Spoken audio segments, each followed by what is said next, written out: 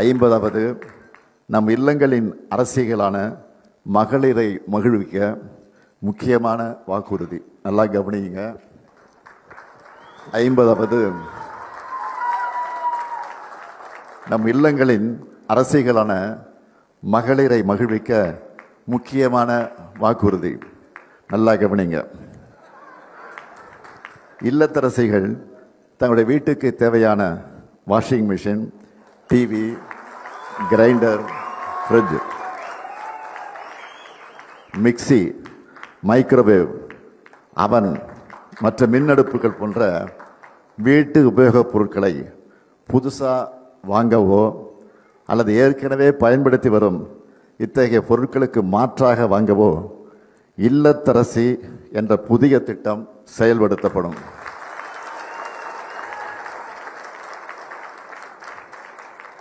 இதெல்லாம் மறுபடியும் படிக்க கேட்டுங்க. நம் இல்லங்களின் அரசியலான மகளிரை மகிழ்விக்க முக்கியமான வாக்குறுதி.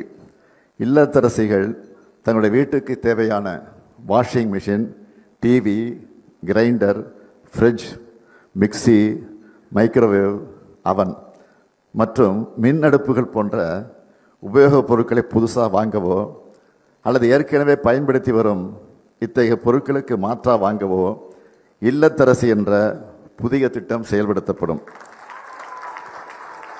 இந்த திட்டத்தின் கீழ் வருமான வரி செலுத்தாத குடும்பங்களின் இல்லத்தரசிகள் அனைவருக்கும் அவர்கள் வசிக்கும் பகுதியில் உள்ள கடைகளில் இந்த பொருட்களை வாங்கி கொள்ளும் வகையில் ஒவ்வொரு குடும்பத்துக்கும்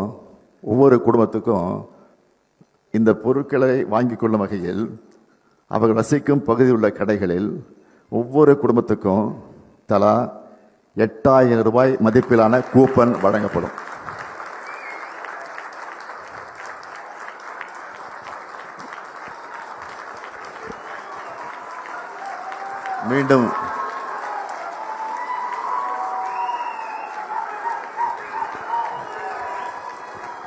மீண்டும் சொல்லுகிறேன்,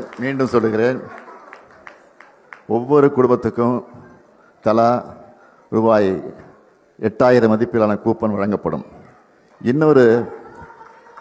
இன்னொரு முக்கியமான அறிவிப்பு.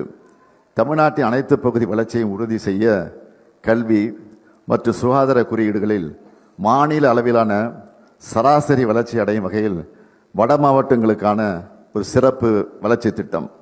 அதேபோல் தமிழ்நாட்டின் நெற்களஞ்சியத்தில் வேளாண் மற்றும் வேளாண் தொழில்கள் முன்னேற்றத்தை உறுதி செய்யும் வகையில் டெல்டா மாவட்டங்களுக்கான ஒரு சிறப்பு வளர்ச்சி திட்டம்.